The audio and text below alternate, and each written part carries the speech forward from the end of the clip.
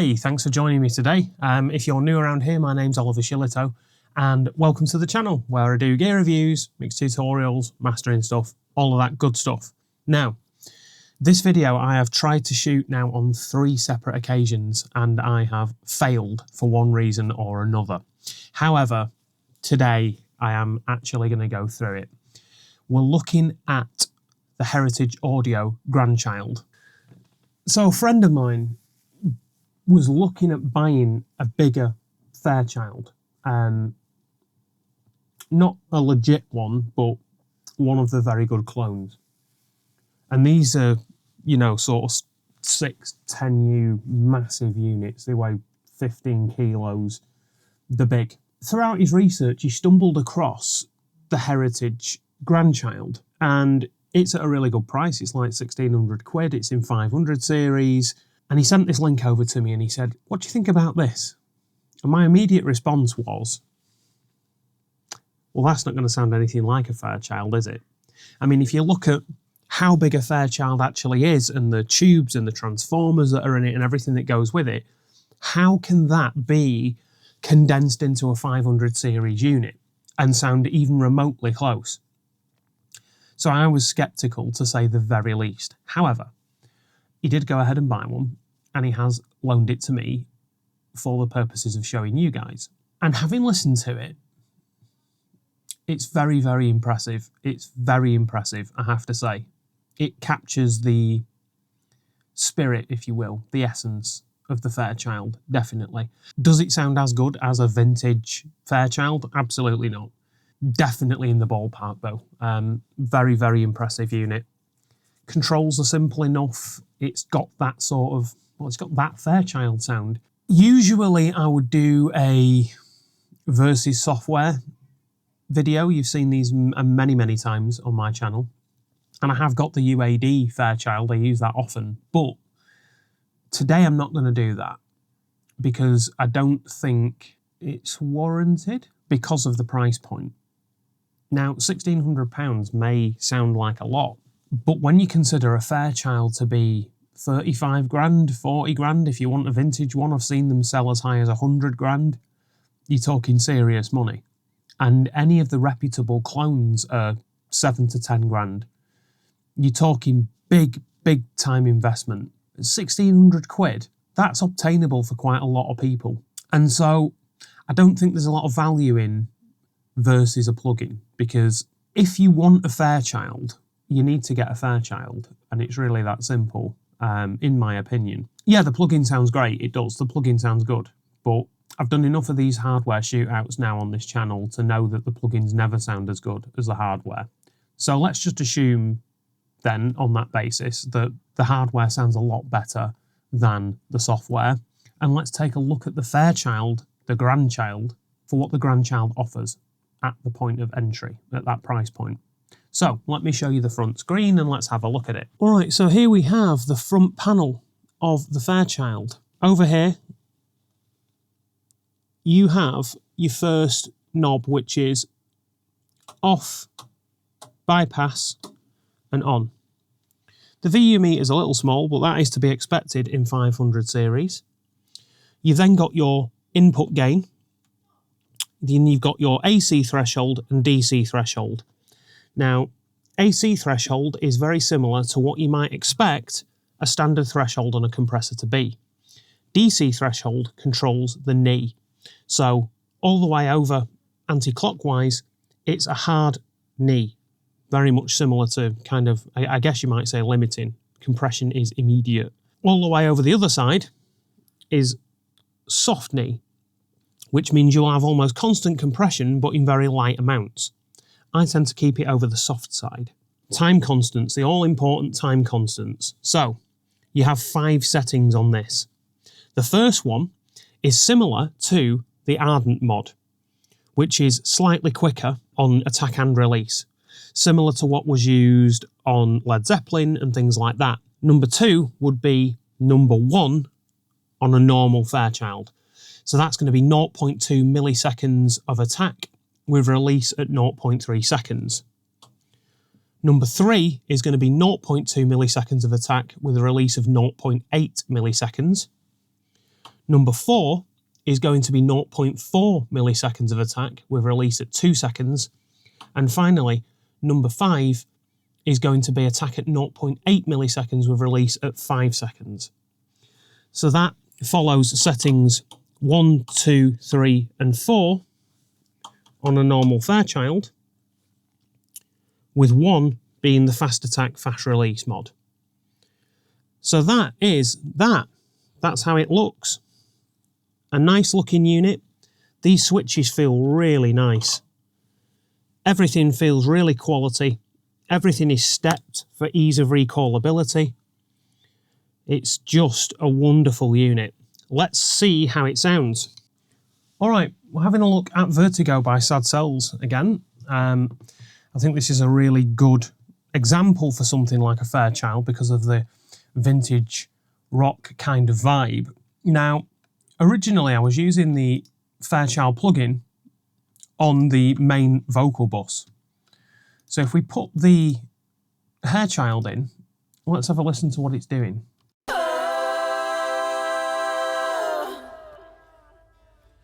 My sweet Lord,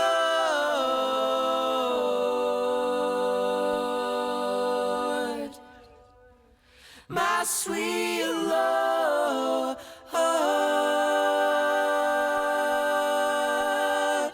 vertigo, got a fear falling.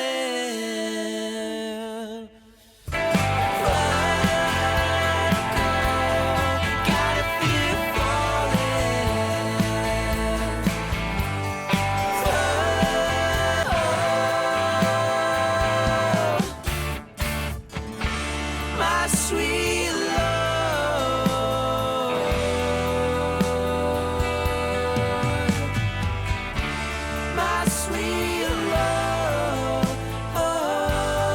Vertigo, got a fear falling.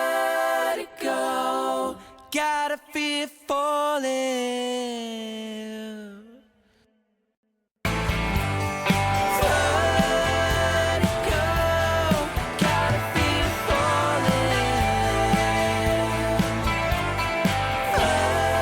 Vertigo,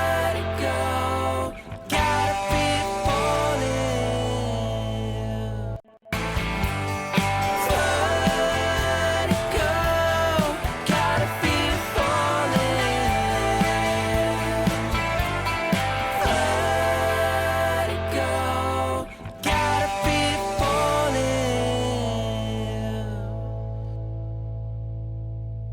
Alright, next let's have a listen to what it sounds like on acoustic guitars, which it's very famously, I guess, used on, especially for Led Zepp.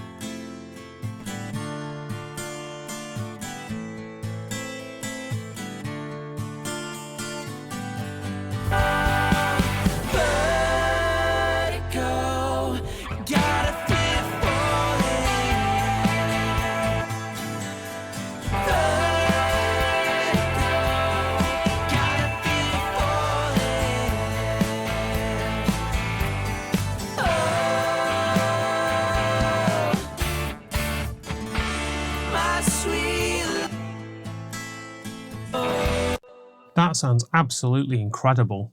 That is absolutely beautiful sounding. Wow. Out of interest, let's just try it on the drum bus.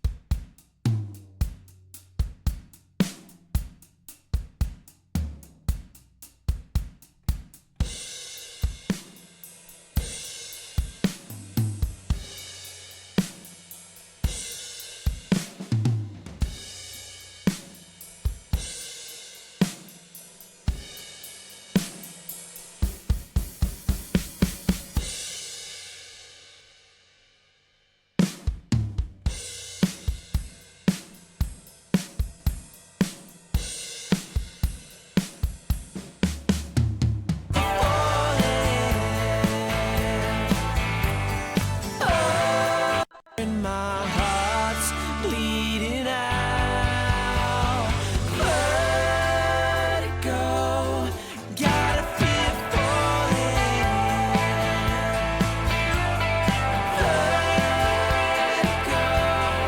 Gotta feel it falling.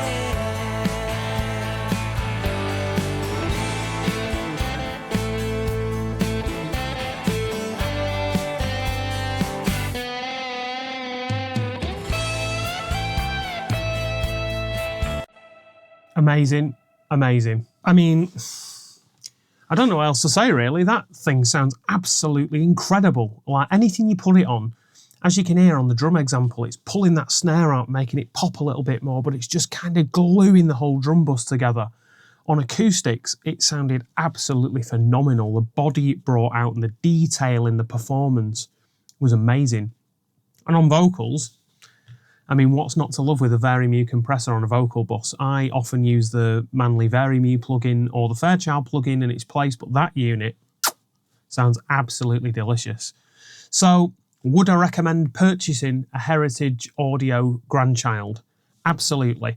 If you're looking for that Fairchild-esque tone of a compressor, that's a great place to start. It really is. The one thing I will say though is, it doesn't have a lot of box tone. In fact, doesn't really have any box tone that I can hear. Punching it in and out of bypass, even without running any compression settings at all, doesn't impart much colour. Unlike the original units, where, let's say for instance, people might put them on the master bus, but run them without compression settings, just in bypass, just to let the audio pass through them to get that sort of transformer sound and what have you. Doesn't really have a lot of that. It's quite transparent sounding unless it's doing compression. So if you're looking for box tone, this is not the place to go. But if you're looking for the compression character, Vari-Mu character, that kind of thing, and that sort of Fairchild sound, it's phenomenal, absolutely phenomenal. As I've touched on before, the build quality is amazing of it. It's easy to use. Once you kind of get used to the way the time constants and the AC/DC thresholds work, it's pretty easy to dial in. And it's a Fairchild, you can't really go wrong. Awesome, I don't have anything else to say about this. What a unit. Thanks for watching today. Keep your eyes peeled for new content, and for those of you that don't follow me on Instagram, please do so. As I say, this year there's a bit of a pivot into mastering work more, so there's going to be, I guess, a lot more mastering content. And if you want to follow the journey and be part of it, Instagram, drop me your comments. Let me know what you think about the Fairchild in the comments below. Let's have a discussion about that. And until I see you again, be well and take care.